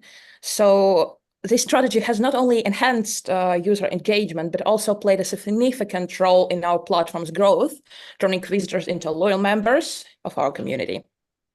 All right. So let's also talk about personalization, because in today's digital landscape is a must. If you don't have a personalized experience for the visitors and a personalized brand that you can stand out with, you're lost. So how do you utilize player insights and data to tailor your communications and content as Sludge Judge? And also, what challenges have you faced in personalizing content, and how have you overcome them? So we analyze gameplay data, preferences, and engagement metrics to tailor our communications, whether through email marketing, social media, personalized game recommendations, customized promotional offers. And I believe the biggest challenge that Slot Judge is a worldwide website. So we have a lot of loyal members from different parts of the world, and manage this data to tailor to each audience. Personalized game recommendations, for example, was a bit challenging when we started to do that. We overcome this by investing in strong data management in a platform and prioritizing user consent and transparency in our data practices. All right, so that was the recipe you guys applied. Yes, for example, working with emails when you have 10,000 recipients and understand, does this one will love this because he's from Canada, or this one from UK will like it, was really a challenging, but we managed to find the right middle part, how to work with them and how to send this correctly emails, for example. All right, so as our audience heard this morning in our first session about the strict regulatory environments across the markets, which sometimes pay off for the regulator or they don't. So how do you navigate these challenges in your marketing and sales strategies while also ensuring compliance and maintaining a strong brand voice? So regulators in iGaming, I believe, will always be changing. They will become more and more stricter. And it needs a careful and strategic approach. At Slot Judge, we prioritize our brand reputation and compliance. We adopted following strategies like clear direction and consistency. We use strict compliance, so analyzing all compliances that we can choose. We chose the one strictest one, for example, not for example, but like UK Gambling Commission. And we are trying to comply with laws and give diverse international audience the most relevant information, and the information won't harm them. And we also, as again, I will say, we prioritizing our reputation. I understand that sometimes some marketing managers, communication managers see an amazing marketing strategy, marketing advertisement, and wanted to do the same. But we understand that if we violate regulations, that will harm our reputation, and we would love to do everything, but jeopardizing our reputation is crucial for us, and we won't do that. Like never. All right, so you don't basically promote illegal operations. Yeah, but also how you formulate sentences, how you show the game. For example, as for us, this is crucial. This is very crucial.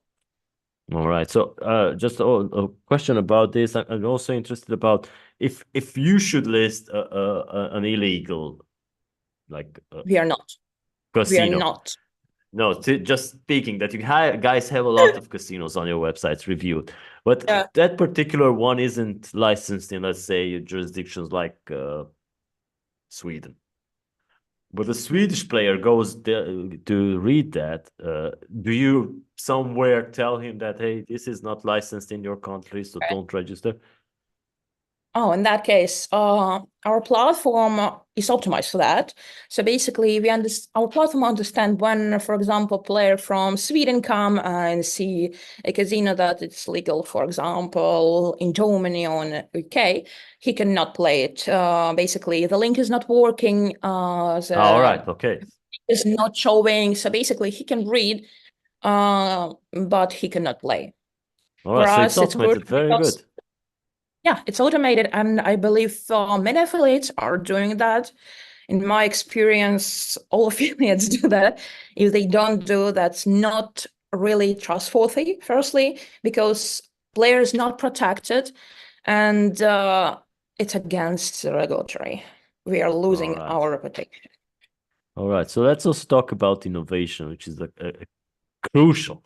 And keeping content fresh and engaging is also crucial. So what innovative approaches have you guys taken in content creation and delivery at Slot Judge to captivate and retain your audience? So we are trying to keep our content fresh and engaging. We experimented with different interactive content types, such as gamified reviews, and incorporate users' feedback directly into content creation to ensure that audience receive the most relevant and engaging material. Especially for this initiative, we hired a very special person in our team, Paul Spakovskis. Thanks to his experience, we are able to deliver better quality content. He understands more how games is built, what will be more engaging because of his streaming past career. And we developed this strategy, this content strategy, to make our offers more relevant to our audience.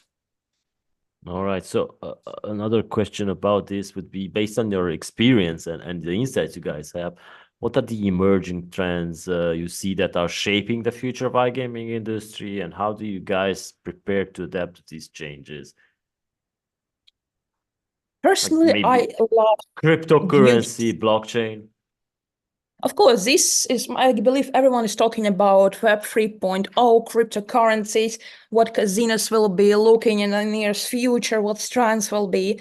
Of course, I think, especially after Apple Provision came out, I believe more casinos will adapt to virtual reality, slots, virtual reality games. You believe that? You believe that? I believe that. I believe that this will be our future pretty soon, in like couple of years. I cannot say even 10 years anymore, because I think so changing so fast. And I would be not surprised if by the end of the year someone will launch some virtual reality game for casinos. This will be a huge hit to be for them. And I believe if someone is not doing right now that, they should start doing that. So basically, for me, future, I believe it will be virtual reality. I would love to see how this come out, how players can engage, how they play, because storytell slots are on top booming right now, when you can reach different levels, when you see different characters opening by each level you open up. And I'm fascinated how it can be in virtual reality. Would it be a player who can participate in or something like that? So very fascinating. Yeah, we just did last week the Hyptos Weekly Huddle. We did it for streaming from virtual reality, and I hope that Daniel is still online. He's most probably happy to hear this. He's fascinated about virtual reality and also designing games. So yeah. Another question about coming back to this responsible gaming thing. How do you balance the need of engaging content with ethical considerations and responsible gaming principles in the iGaming industry, especially in your communication and marketing efforts? So do you promote responsible gaming practices? Bottom line. I'm always for responsible gaming, but this is a very hot topic when you need to be very careful, because I've seen a lot of controversial spheres, how this happening in different casinos, when support is not like helping players to overcome their problems. But this is very topic that we need to talk more. At Slot Judge, we always promoting safer gambling. We are trying to be more open to our audience about how to play safe. But in the future, we are trying to do this more and more. This is a lot of jurisdictional and ethical questions that we need to overcome. Right now, we are not pro-expert, unfortunately, but we are moving towards this direction right now. All right. So as a closing question, if you would need to help one of the, let's say, affiliate competitions in the field to build their brand and of course maintain trust with their audience, what would your top maybe 3 points of view given to these guys in terms of communication strategies? Firstly, be open, be 100% open about what you do, how you do, and how you deliver. Secondly, be creative, because creativity is everything. We see how our competitors do. We want to do better, so do better than your competitors. And third one, It's hard to tell. Third one would be don't relax. When you All right. started to relax, you're forgetting something, you're making silly mistakes, and when you're making silly mistakes, you're losing your audience and you are not trustworthy anymore. All right. So, Yekaterina, thank you so much for your inputs. I hope the audience has already probably some questions, and you can reach out to Yekaterina on LinkedIn to get more advices on content and communication strategy. Thank you for your time. Guys, we will take a 4 minutes break until the next session, and we will be back online soon. So thank you. Thank you. Have a nice day. Bye-bye. You too.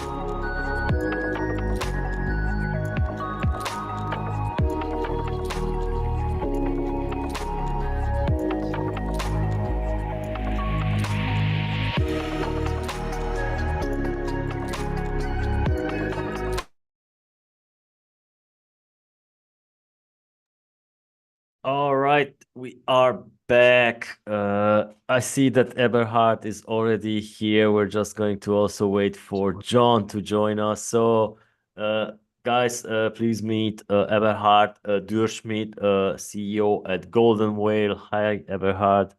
Hi. Nice to see you. Nice to see you again. Thank you. While we're waiting for John, maybe just you should give a short introduction about yourself for those who don't know you yet. Okay, thank you very much. My name is Eberhard Dürschmidt. I'm the CEO of Golden Whale, a company combining gaming infrastructure building and machine learning to solve very expensive and high leverage problems in the gaming industry. My own background is I founded GreenTube in the 90s and built it up until we sold it to the Novomatic Group, and I left there beginning of 2016.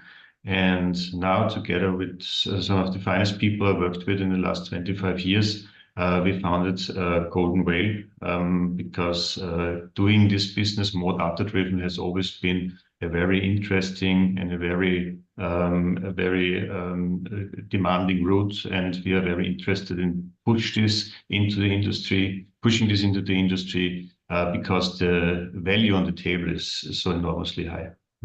All right. So in the meantime, John Krivitsky has also joined. Hi, John. Nice to have you here. So by the way, people most probably have always wondered who the founder of GreenTube was. So you have the opportunity to have him here, right there. All right. So John, you can also go ahead and give a short introduction about yourself. John, you're on mute. All right. You would think so many years after COVID, I'd have managed to solve the joining meeting or meet problem.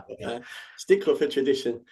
So I'm John Kriske, head of marketing at Fincore, and we're a software provider that provides sportsbook and casino platforms to operators, along with the full sort of back end player account management type system.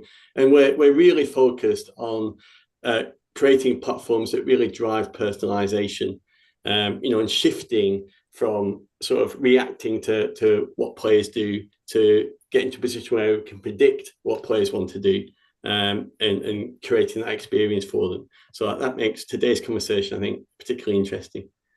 All right. So John has been with us in December for the weekly huddle.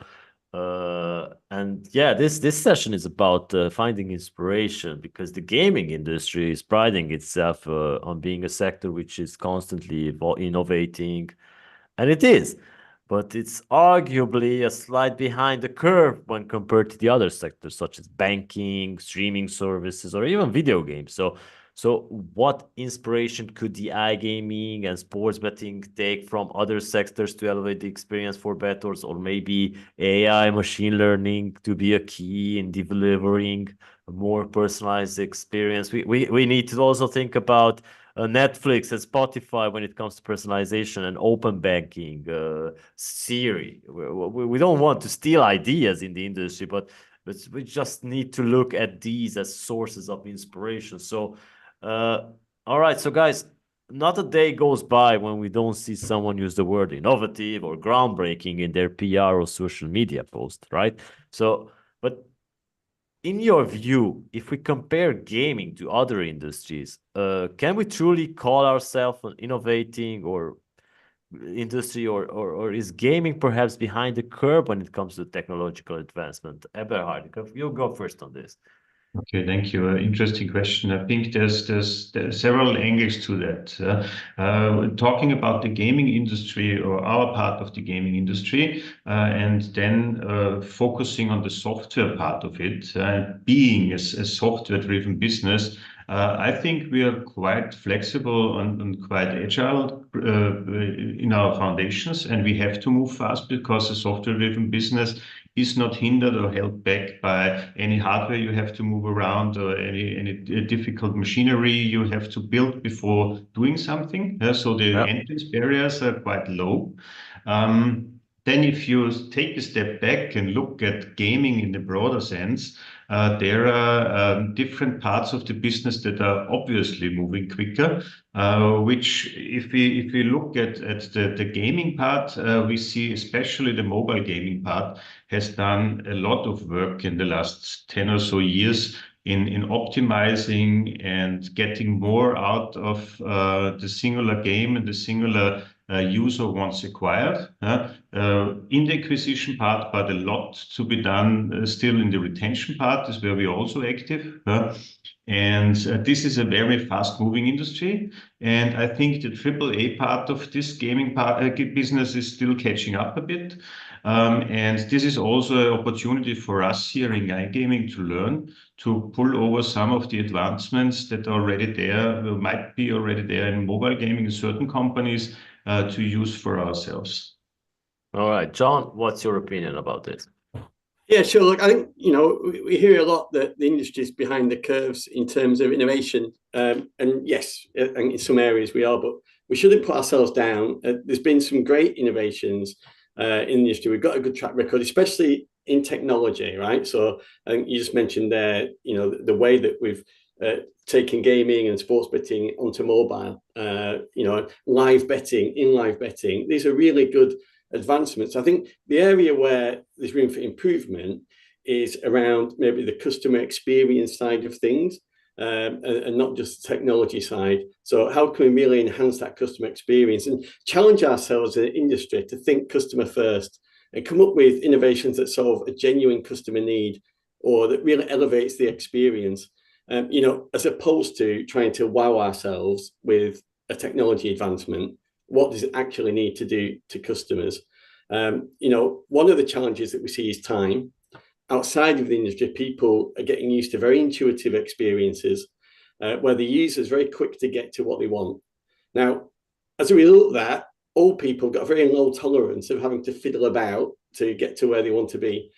So certainly at Finco, we're very focused on not just collecting data, but how our platforms can use it in real time to drive a more personalized experience for the player and move beyond reacting to customer actions to a more predictive approach.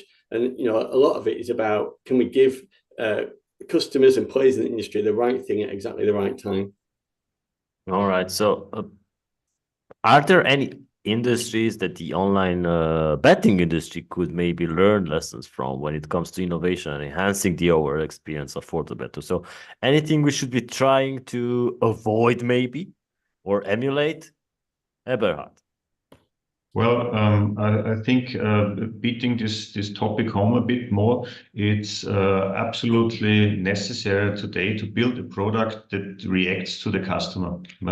And I think this is what John also meant with predictions. Predictions are a tool. We are building such tools for that, but the result is a product that is reacting to the customer in a way that gives the customer the feeling that there's a process going on. There's somebody taking care of me, like a good floor manager. And if there's something to avoid, I think for the future, this is stale products with bad user interfaces, because as we see the advancements in other sectors, especially driven with machine learning and with artificial intelligence, in products communicating with the customer in 5 to 10 years, I'm quite sure it will be an insult to have a product out that is not reacting to me as a customer. I'm so accustomed already to a product that is doing something for me, that if this product is not reacting to me, it's like an unfriendly salesman.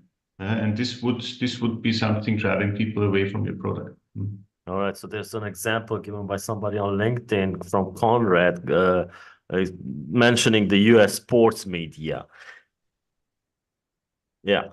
All right, John. Yeah, look, I think there's some prime examples of companies like Amazon, Airbnb, Netflix, Uber, where they've been very successful in creating innovative experiences for customers.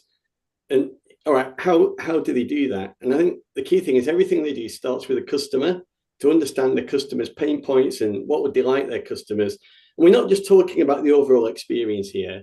These companies will look at every single minute step of the customer journey and think how they can make it better from a customer perspective. So a great example of that is Spotify. I had quite a long car journey at the weekend, and I went onto Spotify to get some tunes going, and I noticed this thing called Spotify DJ. So I pressed it to see what happened, and this voice introduced itself as my own personal AI DJ that would play like a curated mix of songs just for me, and it absolutely nailed it. It played a mix of like songs I've recently listened to, found some old favorites I've not listened to for a while, and it introduced me to some new bands or songs I've not heard before. And not only that, this AI DJ, it had a name, it called itself DJX, it had a personality. So every few songs it would pop back to explain what the next few songs are and why it's playing them. And you know, it felt like really personal, like this DJ knew me. So, you know, Spotify there is using my historical data and comparing it to the rest of its customer data to work out what am I going to want to listen to. So they're personalizing not just the main content, but they're personalizing all the tiny details that sit around it. And that made it feel like a very special experience. And I think we can really learn from that in our industry. All right. That's why I also love Spotify. I'm among the top 5% in the world listeners to Spotify. I just blare it in the car and even in the office. So yeah, Spotify knows me, by the way. So let's talk about also the hiring perspective, because we touched base in an earlier session about hiring talent. Should we bring in talent from other sectors to identify areas where we are failing to innovate? Eberhard, what's your opinion? Well, I think my personal opinion, my view on the industry is that we are quite open, and the fluctuation is okay. To actively look for people in this area, I would rather go for academia a bit more, as the Netflix example is perfect, or the Spotify. The results that we are talking about are deeply rooted in academic research. And at the very forefront of what is doable there. And so what I see is, and what we do at Golden Whale is we connect to academia a lot, and try to be on the forefront of what is the maximum amount of predictability in data, and what can we do with it. So this is where I see a factual point. About other industries, I think this is a back and forth that is going on okay. All right, so those who are watching and attending conferences, make sure to attend those panels where there's a professor or academia, because usually they just go out because they may think that it's going to be boring. Those are the actual facts that we hear right there. So, John, what's your opinion about this? Look, absolutely. And I say this as someone that's come to Finco from outside of the industry. I think there's a danger when everyone's from within the industry that you're all looking at each other and taking inspiration from competitors. And that really doesn't help you differentiate. Everyone's just catching each other up all the time. It actually stymies innovation, if anything. And don't get me wrong, it's incredibly valuable to have deep industry experience, but it's good to mix in some talent from other areas to give fresh perspectives, challenge the status quo, and apply some new approaches. And I think when this idea comes of really personalizing and elevating customer experiences, the industries that do this better, and we should seek out people from those areas and tap into it. And you asked in the last question an example of where it can go wrong. And I think this one fits where perhaps everyone's from the same industry. I went to a supermarket recently, and so I had to scan all my own shopping, and it was a big shop, so it was a pain. But then I was buying a bottle of wine, and it took forever for a member of staff to come and prove that I was 18. I mean, who would have thought? But that's where people are focused just solving operational issues and not actually solving from the customer first perspective. And I think people from other industries will help you. They'll look with fresh eyes, and they'll look at it with a customer's eyes. It's easier to do sometimes if you're not from within the industry. So basically, I'm just now giving a point to the supermarket owner to maybe implement that, scanning your face set, telling your age and stuff like that, right? Yeah, absolutely. All right. So this has been the story of our last 2 years when we decided to put together the iGaming industry with blockchain, artificial intelligence, and financial technology with the fintech people. So which resulted in some of the conferences where some people told us, "Oh, what? Wait, why am I attending? Because I'm an iGaming person. I'm not interested in all that."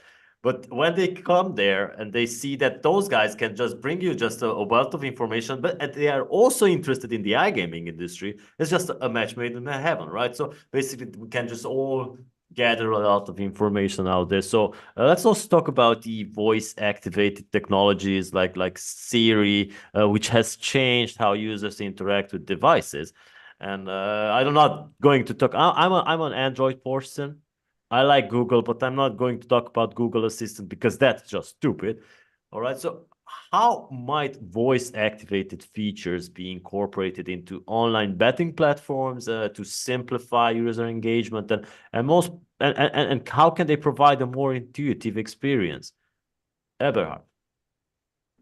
I see this a lot the same as controller discussions in the whole gaming field. It's a controller discussion. It's a habit building as technology is now coming to a point where it gets useful. A few years ago, not so much, but now we come in a direction where you can really do also a bit more complex commands without being mistaken all the time.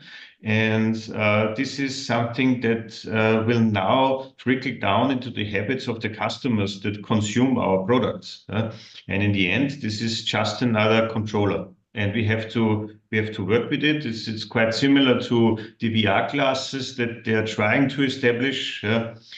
It's all interesting as long as it's technology, but it gets relevant to us once it starts to get a habit. Or trickles down into a broader percentage of users hitting our product with this experience or expecting this experience. And then it's just another optimization experiment. All right, John? Look, I think the crux of this is natural language communication. So whether it's typing in a messaging app or whether it's speaking using voice automated, how can you use AI or pre-written journeys to communicate effectively with that customer?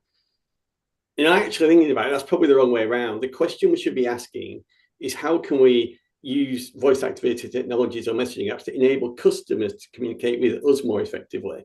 So it's easier for them to get across what they want or to get across what they want to know. And I think key to it's really understanding your customer. We've all had that terrible experience of an automated voice answer machine where you select numbers from a menu and you go round and round in circles, pulling your hair out. What we don't want to do is replicate that with voice activated features. We should empower customers to communicate in a way that really works for them, making it easy and intuitive. There was a really good example in fintech of a company called Plum, which they're basically like a savings app aimed at millennial demographics. And what's really good about their sort of AI chatbot or voice activated communication tool is it speaks like a millennial. They've really put time and effort into understanding how their customers communicate. And it's not just the method of communication. Can you inject personality into it to make the user feel like they're at home and in the right place? All right, so we talked about Netflix and Spotify, and it seems that we're sticking to these two companies because they actually did some customization for the user experience. So considering the rapid advancement in personalization technologies, how can the principles of AI and machine learning be applied to the iGaming and sports betting space to deliver a more tailored, engaging experience for bettors? Eberhard. Well, this is our main business, and there's so many points to attach that to. I don't even know where to start, but the most obvious, the most important, and the most expensive problem is optimizing retention and understanding churn better. And this is a field where it's still, even in larger companies, relatively easy to set up systems that get monetization up by 15 to 30%. Just so by using the methods that are already there in a more personalized and optimized way. We've outgrown comparable products 100% plus over a year with just reacting to the customer better, building systems and iterative experimental loops that understand what's happening once you change something about your system and see what's coming out of this and optimize the way customers are welcomed, customers are retained, the communication with the customer is running. And this is something very important. Just the communication tools that are already there are used to improve this, and this sets up the whole this frees the CRM team from just doing A/B testing all the time and changes the whole way those people work. I think this is the most important way AI or ML will interfere with how the gaming business works. A, we will run our operations on predictions in the future, as already mentioned, and B, it will not be an A to P test where humans try to reduce the dimensionality of the whole problem just to make it understandable for them. But it will be the humans have the ideation in their hands. They can learn by far quicker, and they set up a system that enables the machine together with the human-machine interaction to do experiments around what is happening really in this product.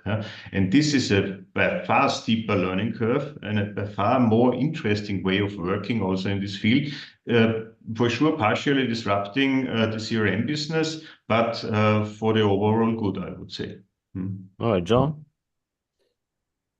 Look, I think for me, a lot of it is about time. We talked before about how there's a very low tolerance for anything where you've got to fiddle about. And I think in our industry, when it comes to players, there's often a very, very small window of time to serve the customer with what they want at exactly the right moment. It's difficult to do that relying on people, but I think by combining AI and machine learning with real-time data and automation, we can help operators hit that sweet spot of giving players what they want exactly when they want it. And when you do that, you can make a player feel like the entire experience has been built for them. They feel at home. So from an operator perspective, that's how you can really drive customer engagement and loyalty.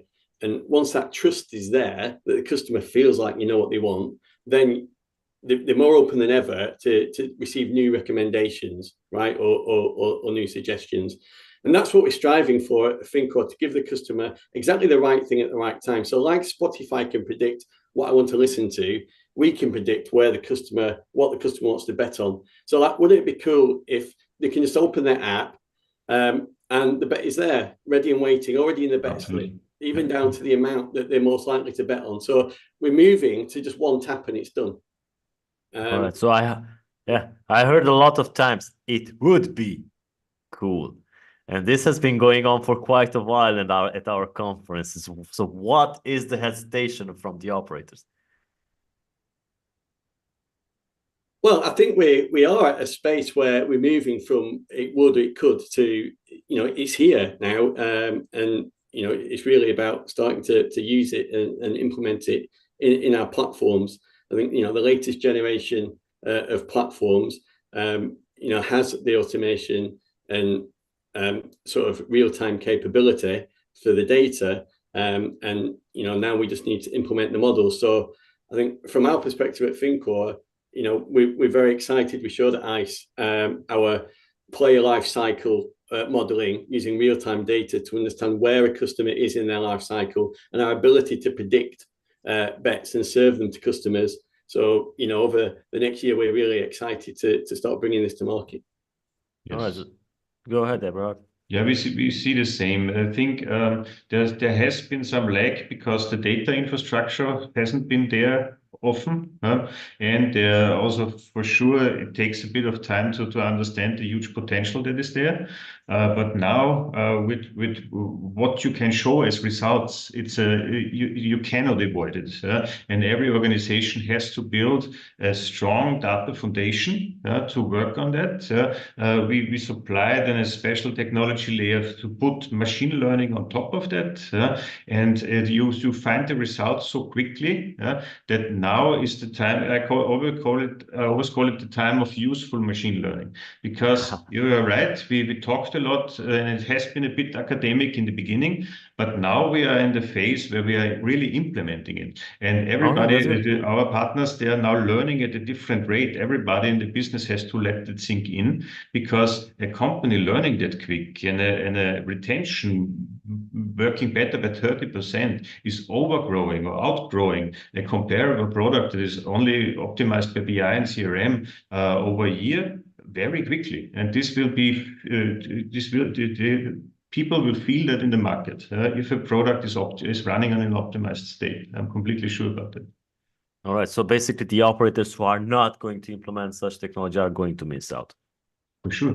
Absolutely. All right. So the time is finally here. The time is finally here then. So as a final question, let's do an exercise. As you know, we're probably going to blink twice and it's Christmas again, right? So the year is over. So it's the end of 2024. what technology would you have liked to see already implemented and running smoothly in the iGaming industry? Eberhard. If we're talking about the overall industry, or if we're talking, let's say, the most innovative players, what I want to see is the full bloom of full automated systems, self-learning systems that are autonomously looking for optimal operation points for ideas that human put into the product. And in certain small parts that we are working in, this is already starting to exist. And as the end game would be self-optimizing slot mechanisms in the background, then interfering with self-optimizing customer relationship management mechanisms. So if I'm at the end of this year, I would at least see some deep, small holes, but deep holes being drilled at very expensive parts of the business mechanics. All right, so that's quite a wish.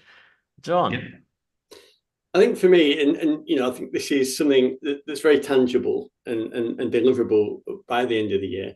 You know, which is really using our real-time data and automation to really personalize a player's experience, not just in terms of things that they might bet on, but the whole experience, understanding who they are, where they're based, what age they are, and you know, being able to curate their experience for gaming and sports betting using all of those touch points, and of course, you know, using machine learning to really go with the customer through their life cycle journey and optimizing like their engagement and their fun of the whole experience throughout that journey.